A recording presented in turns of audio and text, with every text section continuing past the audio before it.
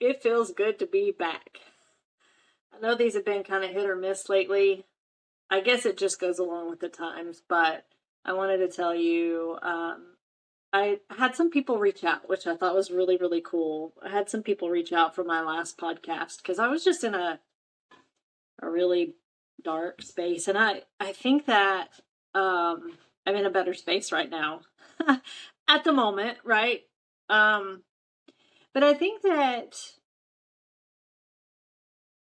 when we spend so much time on social media and portray things on social media, people seem to think that our lives are perfect. If you've been following this podcast for a year, you know for a fact my life is not perfect. I'm a mess. And it's okay that I'm a mess, right? It's okay. Cuz you know what? You're a mess too. I mean, let's face it, we're all just kind of fucked up, right? Just in our own ways. So I want to talk about that a little bit. I want to talk about, this is just going to be some just kind of random stuff today that has just been on my mind.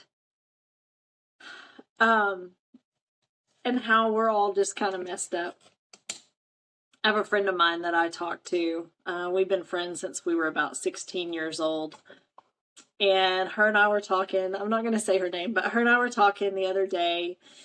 And she was like, you know, I love to watch the killer shows and the serial killer stuff and the psychological stuff. And she's like, me and my boyfriend, we were sitting there watching that stuff the other night. And he's like, he's like, it's a good thing we've been together for a really long time, because if you were watching this and we had just started dating, it would be a hard no for me.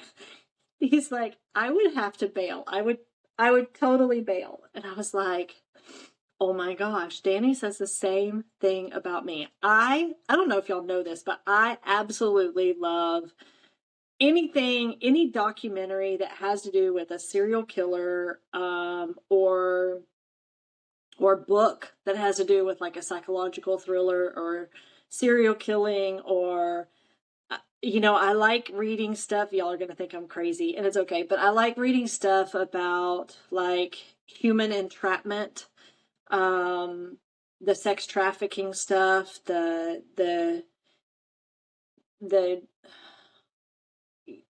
people that buy and sell, not kids, okay? I don't read that, but people that buy and sell women. The books are so interesting. So I love all the psychological thriller stuff. And I know that you guys probably think I'm nuts for that, but part of the reason I love it, like growing up, I wanted to be a psychiatrist. Not actually, I wanted to be a child psychologist. I went through so much crap as a kid that I wanted to figure out, like, I like to figure out, and this is what me and my friend were talking about. She's like, I just want to see if I can figure out the inside of the mind of the serial killer, or the psycho person, or the human trafficker, or the person that felt the need to buy another human being and turn them into a slave or something like that. Like, the psychological aspect and understanding how someone ticks is what interests me probably the most in life. Now, I mean, there's some good stuff that comes along with those books, don't get me wrong. I know I look like a square, but I'm really an octagon if you know me. So, yeah. I had a friend of mine tell me that one time, and it stuck with me. She said, I'm totally going off subject, but I'll get back to it. But she goes, I said, well, what did you tell your new boyfriend about us? And she's like, well, I told him that you guys totally look like squares on the outside. You have the house, the cars, the two dogs, the kids. You're both really nice looking people. Like, you have it all together. But in reality, you're just octagons. Like, you look square, but you got a little freak to you, And the friends that know us, that are close to us, they totally understand that. So we're octagons, and I love that. That has stuck with me for 20 years. So back to what my friend and I were talking about. The psychological stuff. It just intrigues me. And I did not only did I have a baby at 21, but I hated school and I did not have the wherewithal to follow through with a degree, much less a degree in psychology. If I had, I would have totally been like a forensic psychologist. I would have been the person in the room interviewing the serial killer. Like, I'd be scared shitless, but that's what I would do. That is what winds my clock for sure. And I know I'm like getting excited thinking about that. Like, I mean, Clarice in Silence of the Lambs wanted to be her, right? I mean, not to the point where, he wanted to eat my brain, but that kind of forensic psychological specialist, I think that would be like my ideal dream job if I could have stuck to like the schooling and stuff. Anyway, so little tidbits, right? Something popped up on our Facebook today and it was really, really cool. And I want to tell you just a little bit of a story about that. So like I said, this is random stuff, just sharing some personal things about us. Oh, speaking of, I need to backtrack. Speaking of like the psychological things, I ran across this girl on Instagram and I sent her a message that I wanted to interview her because she is someone who's actually been kidnapped before. I want to hear that story because I bet that is crazy town. And if you know somebody who's been in a situation like that, I would love to interview them. Like, I think that knowledge is power. And I think that people do not understand how fast it happens, how fast human trafficking happens. Like you could literally be in Mexico, right? And you could be at a restaurant with your boyfriend and you get up and go to the bathroom and somebody comes in and beats up your boyfriend and takes you and you're done. That's it. You just went in the restaurant to have a beer, but you got like kidnapped. That's how easy that stuff happens. And I don't think people realize it. And it's why I carry a Glock. And it's why I don't take any chances on my life. I know my surroundings. I know where I'm at. And it's one thing that my husband has browbeat into me is checking your surroundings. Get your head out of your phone. Look around the parking lot. Pay attention to who's there. All the things. It's important, guys. Girls, like, you have to be aware of your surroundings. And when you're in foreign countries, be really careful. Be careful in the grocery store. I had a friend of mine who, her and her daughter were in the grocery store one time, and there were these two guys that were just like eyeballing them. And I was like, girl, you need to carry a gun. Like, are you crazy? Like, the times are too crazy. Like, you're too pretty. Your daughter's too pretty. Like, I know you had a security guard that walked you out to your car from Walmart, but that security guard wasn't carrying a weapon to be able to protect you. Like, you need to be able to protect yourself. So that's a whole nother show that I can get into. And I think we've already talked about carrying and stuff, but I just need to get better at practicing shooting because I think I've said this before. Like, it won't be a one-shot wonder, that's for sure. If something ever happens, it's gonna hurt because I am not the best shot in the world. I can get around the target. Anyway, don't roll your eyes, Danny. I know he is when he's editing this. So, okay, so back to the house. The Facebook memory that popped up 9 years ago. It said, "Holy shit, we just bought a house." And that's talking about the house that we're in now. The boys, this was 9 years ago. So the youngest was 11 and the oldest was 17. Is that right? Yeah, I think so. 16. So we lived in this house that I bought as a single parent. It was a 3-bedroom, 2-bath, 1,400 square feet with a garage. and a sprinkler system. And, you know, I had no idea when I bought that house that Danny and I we were dating when I bought that house. But I had no idea that he was going to be the one that I was going to marry, because I wasn't in that mindset. I was just in the mindset of like, I just want to find my best friend. I want to find the person I can hang out with, and I'm not going to rush into love. And I did actually really well with that relationship, with that aspect of the relationship, which I think is why we have such a great relationship. But God, I can squirrel so easily.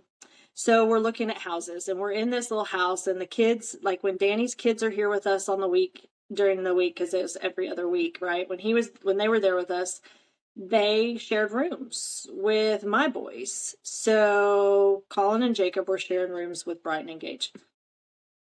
And it just made sense that way, right? But as these kids got older, and it made sense when they were like 4 and 10, right? But as they got older, they got bigger too. And so we talked about buying a house, and we were like, okay, well, so we're looking around. We're like, okay, here's how much money we have to spend. I was making extra money with a side job that I had at the time as a bookkeeper, moonlighting. And I wanted to take that money and invest it in something. And what better thing to invest it in than a home, right? It gave us like $500 more a month to add on to a house payment. I think our house payment back then was like $788 a month or something like that. So, which was cheap. So we're looking, and we look for weeks, and we go and look at these houses. Now, mind you, in the previous years of being in that house, we had done some upgrades. Danny got a profit sharing check every year, and we would spend that money doing something. So we upgraded the countertops. We upgraded, the door handles and the doors. We did 6-panel doors throughout the house. We built a deck in the back. We put an above ground swimming pool. We just did a whole bunch of stuff. And so I bought the house for like $106,000, I think. And I think we ended up selling it for like what we were asking, which was $135,000. And it turned out that our realtor, we didn't have any showings on it, and we were kind of pissed. But it turns out the reason we didn't have any showings is because our realtor was setting it up so she could buy it, so it could be one of her rent houses. Because the lady who came to do pictures of that house to put it on the market fell in love with the house. Crazy little things that happen, right? So we're looking, and we can't find anything we like. We can't find, like, we would have to spend $150,000 on a house, and it was in worse condition than what our current house was in. And we were like, no, we'll just have to figure it out with the kids, right? We'll put our money back for the next 5 years, and then we'll have a nice little down payment to spend on something, and we'll do that. So that was the plan. That was on a Friday. We said a lot of prayers about it, and we just figured, okay, this is what we're going to do. We have a 5-year plan now. Well, God always has a different plan for you, right? So on Monday morning, we decided, Friday we decided we're not going to look anymore. On Monday morning, Danny sends me a text, and it says, hey, go check your email. I know you said we weren't looking at houses anymore, but you need to see this house. Okay. So I go open the email, and I'm like, holy moly. Like, is it my dream house? No. But is it pretty close? Yeah. Is it remotely affordable for us in our price range? It's a stretch. It's a stretch. But what if? Okay. So we're talking about right now, currently at the time we were living in a 3-bedroom, 2-bath, and it was more like a 1 3/4 bath, right? With a pretty decent backyard, and it was a nice quiet street, not on a major intersection. It was a cute little area. And this house was on a corner lot, 2-story, 5-bedroom, 3-bath, huge backyard with a swimming pool. What? And it was like almost 2,700 square feet. We still don't think they have the square footage of this house, right? But anyway, we think it's bigger than that. And I was like, okay, we gotta look, right? We have to go look at this house. So on Monday afternoon, we called the realtor, and on Monday afternoon, we made an appointment to see the house. Well, it turns out I knew the girl who was selling the house, right? Which was even crazier. Because her and I had done some dealings through another company and through another job that I had. Anyway, it was just really weird how it worked out. We saw the house on Monday, and by Friday, we had a contract on it. Like, that's how fast that happened. And so this is 9 years from that day where I posted that holy shit, we bought a house, right? Now, there were some things that were, we made some money selling our house, or the house that I bought previous. So we used some of that money. And one of the things is that I do not like the color yellow. Yellow is one of my least favorite colors on the planet. And the whole house, y'all, was painted yellow. Even the insides of the freaking closets. And I talked to the girls, like, why did you paint this house? Like, you just painted this house not too long ago. Why did you paint this house yellow? And she's like, that's what the realtor said. She said I could choose between gray and yellow, and we went with yellow. And I was like, girlfriend, you could have saved me like $8,000 having this house painted. Before I moved in this house, I told Danny, I said, there's no way we're moving in this house with it yellow. Everything yellow and brown wood. It's not happening. That has to change. So we had all the trim painted. We had the walls painted. We had some accent walls painted. And let me tell you, that paint company killed it, because they painted the inside of this house from top to bottom, including adding some crown molding and stuff, in 4.5 days. They killed it. They had a whole team of people in here. It was absolutely crazy. They did a great job. That was Lindale Paint Company, if I'm not mistaken. So shout out to them. But we found this house, and the thing is, the people that moved in this house, that had this house before us, like, y'all, we bought this house for $78 a square foot. That's insane. So we went from a $788 a month house payment to, I think it was right around $1,300 when we bought it. So a little more than what we expected, but we figured we could make it work. We were going to be house poor for a little bit, but we figured we could make it work, right? And we did. And then Xyngular came along, and that made it even easier. But there were some things that they had done to this house. Like, they already put the hardwood floors in. They already took out scraped all the popcorn ceilings, because this house was built in 1973, right? They had new ceiling fans, new door handles and fixtures. There's some things that we've remodeled. We've remodeled the upstairs bathroom. We've remodeled the downstairs guest bathroom. We have put granite in the kitchen. There are some things that we have done, but there are still more things that we'd like to do. One of the biggest things we'll want to tackle one day is our master bathroom. And I still have a shell sink from the 1980s, and I still have a biscuit bathtub. You know, the real shallow ones back from the day. I think it's the original bathtub to this house. For real. So what a huge blessing in disguise. We had no idea. Like, God knew what we needed. He knew what we were looking for. And y'all, when we moved in this house with these kids, it was like a freaking palace. Like, it was really like going into a palace. Everybody had their own room. Everybody had their own space. Everybody had their own everything. It was perfect. It was absolutely perfect. There was a swimming pool. The kids could play. There was plenty of room for the dogs to run. I mean, it was just perfect.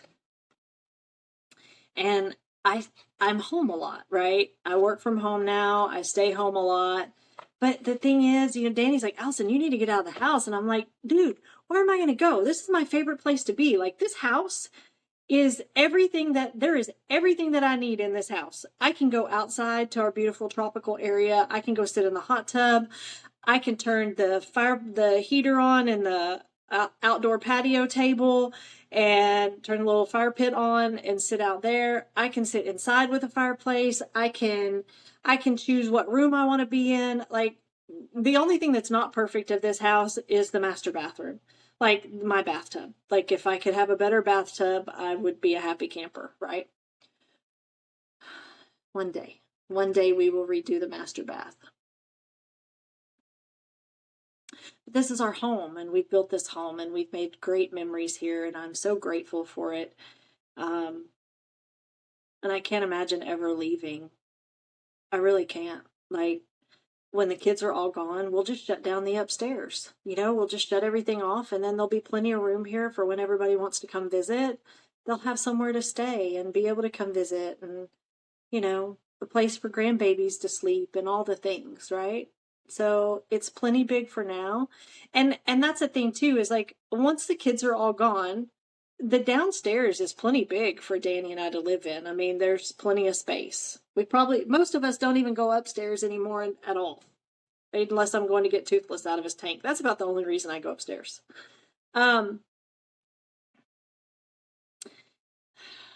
So speaking of animals, now that I'm going down this track,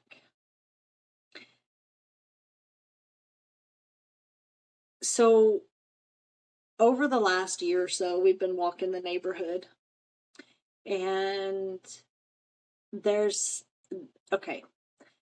a couple of years ago, we were walking the neighborhood, and there was this little gray and white cat that would run out and talk to me and have me pet it and all the things, right? And I don't even know if I've told this story before or not. Maybe I have.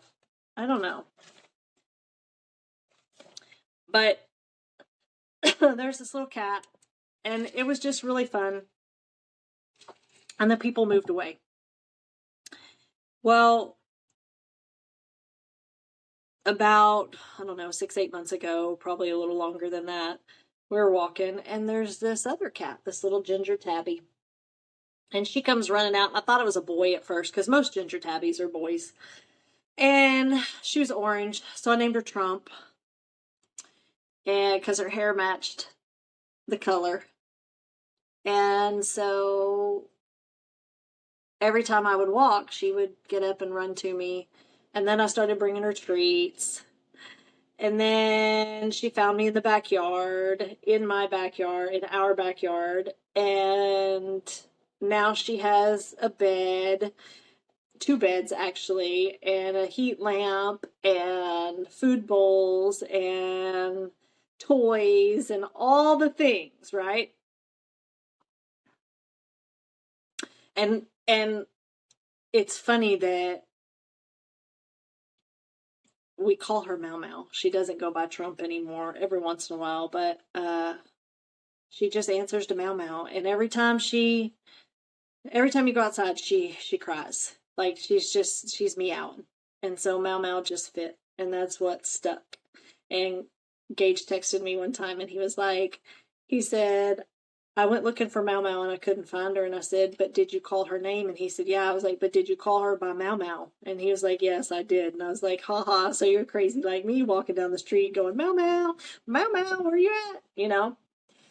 Anyway, this cat is like, I was sitting in the hot tub last night, and I was looking, and I love the view. If you go to my Facebook, you'll see it. It's such a pretty view of our back patio. You can see the Christmas tree through the door, and the Christmas lights on, and Mau Mau's sitting there. And I thought, never in my life did I think that, like, I miss my dogs like crazy, right? And it's hard to even be outside without them, because they were such a big part of, in and out, right? They followed me everywhere. And I think that this cat would follow me everywhere in the house if I let her in the house, but I haven't, and I won't. I do not want a cat in the house, period, for lots of reasons. So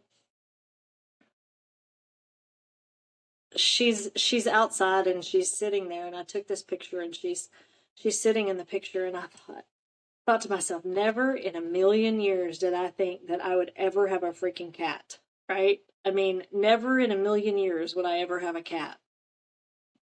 That blows my mind. And a cat that I love so much, that I'm crazy about. And a cat that Danny's crazy about too, because he loves her to pieces. And there's something about her. I mean, she could be a little bitch sometimes, right? But there's something about her that's just so soothing and calming. And I know people always say that cats help with stress. And I believe that totally. She's a great little cat. She likes to fuss a lot when I take care of her and brush her and all the things, but I think at the end of the day she really enjoys it. And one of the things that was bothering me is like her ears were just dirty feeling. She's probably never been bathed ever. So I got ear wipes for her, cat ear wipes, and got her ears all cleaned up yesterday or the day before, so they feel way better. Anyway, hopefully it makes her feel better too and more clean. I need to get her to the vet. She needs her claws trimmed. She needs all the things, but I'm scared to traumatize her by trying to catch her, you know? That's how that all started with her. I think that's about it.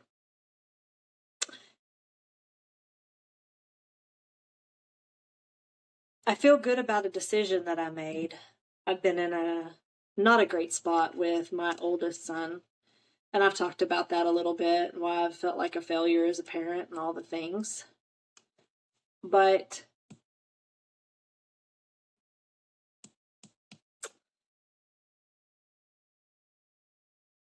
I feel like it's almost to the point of abuse. And it's something that I've been talking to Janelle about, and I'll talk to her about it this week too, but it's borderlining on abuse because here's the thing. All you can say as a parent is you're sorry, right? I'm sorry I screwed up. I'm sorry that I didn't make the best choices for you, that what you needed in life, I was trying to grow up to. You know, we don't listen. We're all parents and we're all freaking human beings. And he has me on this like pedestal of perfection. Like I'm supposed to be this perfect freaking person because I'm his mom. And gosh, he said some hateful things, like hateful stuff. And I finally I messaged him and I told him what the plans were for Christmas. Because he didn't show up at Thanksgiving. And he's not going to show up at Christmas either. And I finally just said, you know what? Come to Christmas or don't. But your anger is very misdirected, and you need to go take it out on the people that you're angry with. One of them you can't, because he's not here on earth anymore. But the other one, you don't have the balls to take it out on, which is his sperm donor. That's what he's most angry about. But I'm the one that's always loved him, right? And we take it out on the people that we're closest to. So if you guys wouldn't mind saying a little prayer for my son, that God helps open his mind and soften his heart, and know that I've always just wanted the best for him. And he knows that I love him deep down. He knows I do. But also, just because someone doesn't love you the way you want them to doesn't mean they don't love you with all they have. And I've had to accept that with my parents too, you know. And I think a lot of us have. Kids don't come with instruction booklets, you know. And I finally just told him, you know, come to Christmas or not, but I'm done with the battering. Like, I hope you feel like a man. I hope it makes you feel like a man to make a woman feel so small. And I just said, peace. And I blocked him from my phone. I blocked my child from my phone. Now, if there's an emergency, there's plenty of people he can contact that are right here in this house with me. But I have to make a choice for me. And I can't continue I can't continue the abuse because you know what? Like, how many different ways can I say that I'm sorry? And I feel like the only thing he wants to do is punish me. And I can't go backwards. I can't change the clock. I can't change time. I can't undo the decisions that I made. So I don't know what he wants from me. I mean, I can't do anything more than apologize. And that's what I said to him. I'm sorry, I'm a piece of shit. I'm sorry, I'm a horrible mom. I'm sorry I made horrible decisions for you regarding your well-being. I'm sorry that you don't have the life that you wanted. I'm sorry, I'm so terrible. I don't know what else to say to that. I don't know what more I can say. So any of you parents out there that have been through this with your kids, will you please reach out? Because I would really appreciate some advice. This is uncharted territory for me. And I know that there are people who just have to, put their kids, I don't want to say to the wayside, but at some point you can't help them if they don't want to help themselves, right? And he's never going to be okay with me until he fixes the demons in himself and with what he's dealing with. And he's never going to be okay until he actually deals with those feelings. And it makes me sad for him because I know he's hurting and I know he's alone. But life is all about choices, and he is choosing to be alone. He's choosing to push us away. And so any advice that you guys have, that's positive advice, please. I would love to hear it. I think it's so interesting how my mom and I have such a tumultuous relationship, and then I have that same kind of relationship with my oldest son. I wish he knew how much I loved him. It's more than I could ever put into words. So anyway, things are getting better. I feel good about my decision that I made. I feel at peace with my decision that I've made. I hope that he comes back to me one day. I really do. But in the meantime, I have to let him go because I can't live like this, right? And I can't be constantly told that I'm a terrible human being because I'm not. I've made some mistakes, but I'm not a bad person. So I do know that. Also, a reminder, the other day we talked about never respond to shade that comes from trees that don't bear fruit. There's that too. So hopefully he works on himself, but just say a prayer that God can help, open his mind and soften his heart and know that we're not monsters like he said or thinks we are. I'm not sure where it's coming from. I mean, I know where some of it's coming from, but yeah, I mean, to hear him say it, we abused him every day, and that was definitely not the case.